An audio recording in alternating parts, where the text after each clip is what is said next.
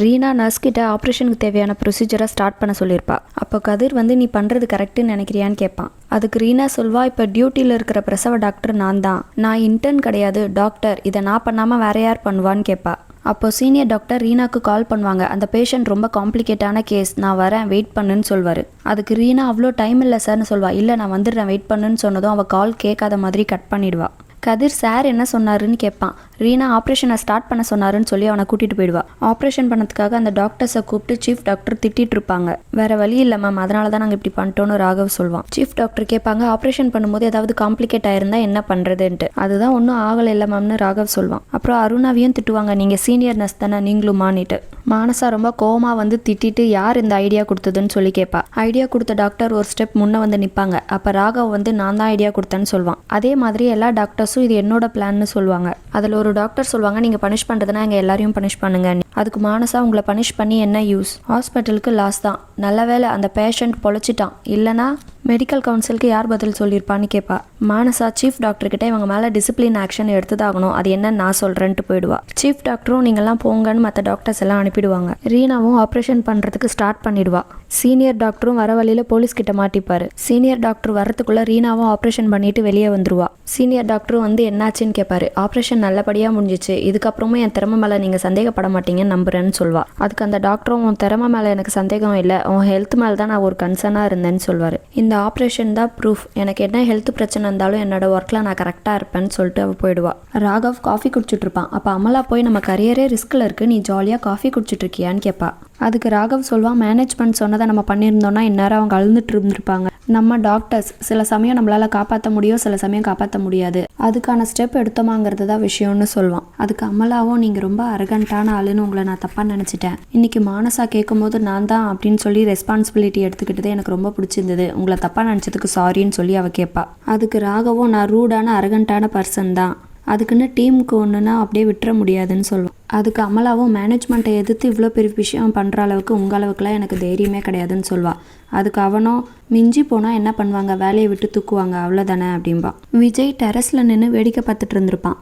அனுவும் துணி காயப்போட மாடிக்கு போயிருப்பா. அப்போ விஜயை பார்த்து தலையாட்டியிருப்பா. உடனே விஜய் போட்டு சொல்லுங்க என்னன்னு கேட்பான். அனுவும் என்ன சொல்லணும்னு கேட்பா. இப்போ நீங்கள் தான் வான்னு கூப்பிட்டீங்கல்ல, அதான் என்னன்னு கேட்குறேன்னு சொல்லுவான். அதுக்கு அனு சொல்வா, ஹாய் சொன்னங்க அவ்வளோதான் அப்படின்பா. விஜய் டெய்லி இந்த நேரத்துக்கு தான் துணி காயப்போட வருவீங்களான்னு கேட்பான். அதுக்கு அனுவும், எல்லாரும் மாதிரி நானும் வெயில் அடிக்கும் போது தான் துணி காயப்போட வருவேன்னு சொல்லு. விஜய் சொல்வா, நீங்கள் பொட்டிக்கு வச்சிருக்கீங்கன்னு ரீனா சொன்னா, துணி எடுக்க ஒரு நாள் வரேன் அப்படின்ட்டு. அதுக்கு அனு, லேடிஸ்க்கு மட்டும்தான் ட்ரெஸ் இருக்குன்னு சொல்வா. விஜயும் என் பொண்ணுக்கு தான் எடுக்க வரேன்னு சொல்வான்.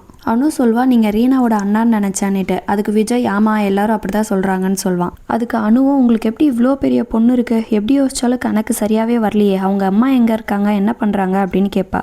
அதுக்கு விஜயும், அது பெரிய கதைங்க, அது எப்படி மொட்டை மாடியில் சொல்கிறதுன்னு கேட்பான். அப்போ எங்கே சொல்லணும்னு கேட்பா. அதுக்கு விஜயும், கெஃபே போகலாமா அப்படின்னு கேட்பான்.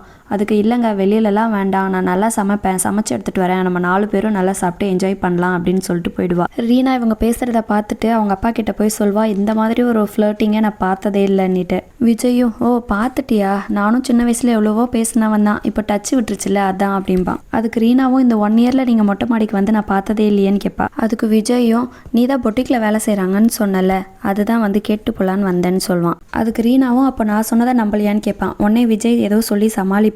ரீனா, அனு எப்படி இருக்காங்கன்னு கேட்பா. அதுக்கு விஜய் அழகா இருக்கான்னு சொல்லி வெக்கப்படுவான். அதுக்கு ரீனா, வெக்கம் மட்டும் படாதீங்கன்னு சொல்வா. விஜய் வந்து சிரிச்சுக்கிட்டே ஓடிடுவா. மானசா அந்த டாக்டர்ஸை கூப்பிட்டு, இது ஃபைனல் வார்னிங் உங்களுக்கு, இது எல்லாமே ரெக்கார்ட்ஸில் ஸ்டோர் ஆகும், இதுக்கப்புறம் இது ரிப்பீட் ஆச்சுன்னா என்ன நடக்கும்னு உங்களுக்கே தெரியும் அப்படின்னு சொல்வா.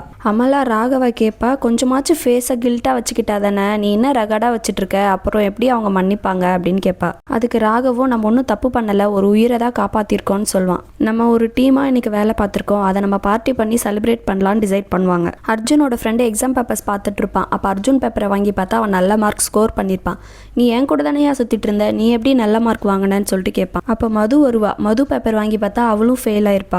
அப்போ அர்ஜுன் மது சொன்னதை யோசிச்சு பார்ப்பான். நான் கிளாஸ் டாப்பர், உனக்கு எந்த டவுட்னாலும் என்ன கேளுன்னு சொல்லியிருப்பா. அதை நினச்சி பார்த்துட்டு நீ என்ன கிளாஸ் டாப்பரான்னு சொல்லி சிரிப்பான். அதுக்கு மதுவும், அழகா இருக்கிற பொண்ணு அறிவா இருக்கும்னு யார் சொன்னதுன்னு கேட்பான். அதுக்கு ஃப்ரெண்டு, உன்கிட்ட தான் ரெண்டுமே இல்லையேன்னு சொல்லி கலாய்ப்பான். ஃபெயில் ஆனதுக்கு ரொம்ப டென்ஷனாக இருக்குது, சரக்கடிக்க போகலான்னு சொல்லிட்டு அவங்க 2 பேரும் பேசிகிட்டு இருப்பாங்க. அதுக்கு அர்ஜுன், ஃபெயில் ஆனதுக்கு யாராவது சரக்கடிப்பாங்களா அப்படின்னு சொல்லுவான். அதுக்கு அவங்க 2 பேரும் ரொம்ப காம்ப்ரமைஸ் பண்ணி, நீ தான் சீனியர், எங்களை கூப்பிட்டு போகணுன்னு சொல்லி கெஞ்சுவாங்க. ஃபைனலாக அர்ஜுனும் ஓகே சொல்லிடுவான். ரதி வீட்டுக்கு வந்து திவி அடிபட்டிருக்கிறத பார்த்துட்டு என்னாச்சு, என்ன இப்படி அடிபட்டிருக்குன்னு கேட்பா. அதுக்கு திவியும் ஏன் இவ்வளோ கேள்வி கேட்குறீங்க, ஸ்கூல்லேருந்து வரும்போது கீழே விழுந்துட்டேன்னு சொல்வா.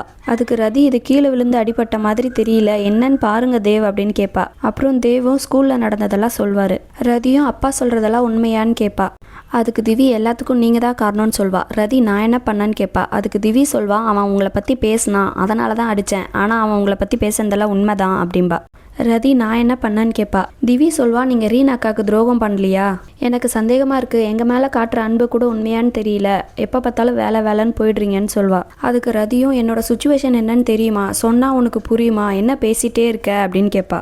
அதுக்கு திவியும் ரீனா அக்கா இடத்துல நான் இருந்தால் என்னையும் அப்படி தானே பண்ணியிருப்பீங்க, நீங்கள் ஒரு செல்ஃபிஷ்ன்னு சொல்வா. அதுக்கு ரதி கோவப்பட்டு அடிச்சிருவா. அதுக்கு திவி பக்கத்தில் இருக்கிற பொருளை தூக்கி போட்டு உடச்சிட்டு போயிடுவா.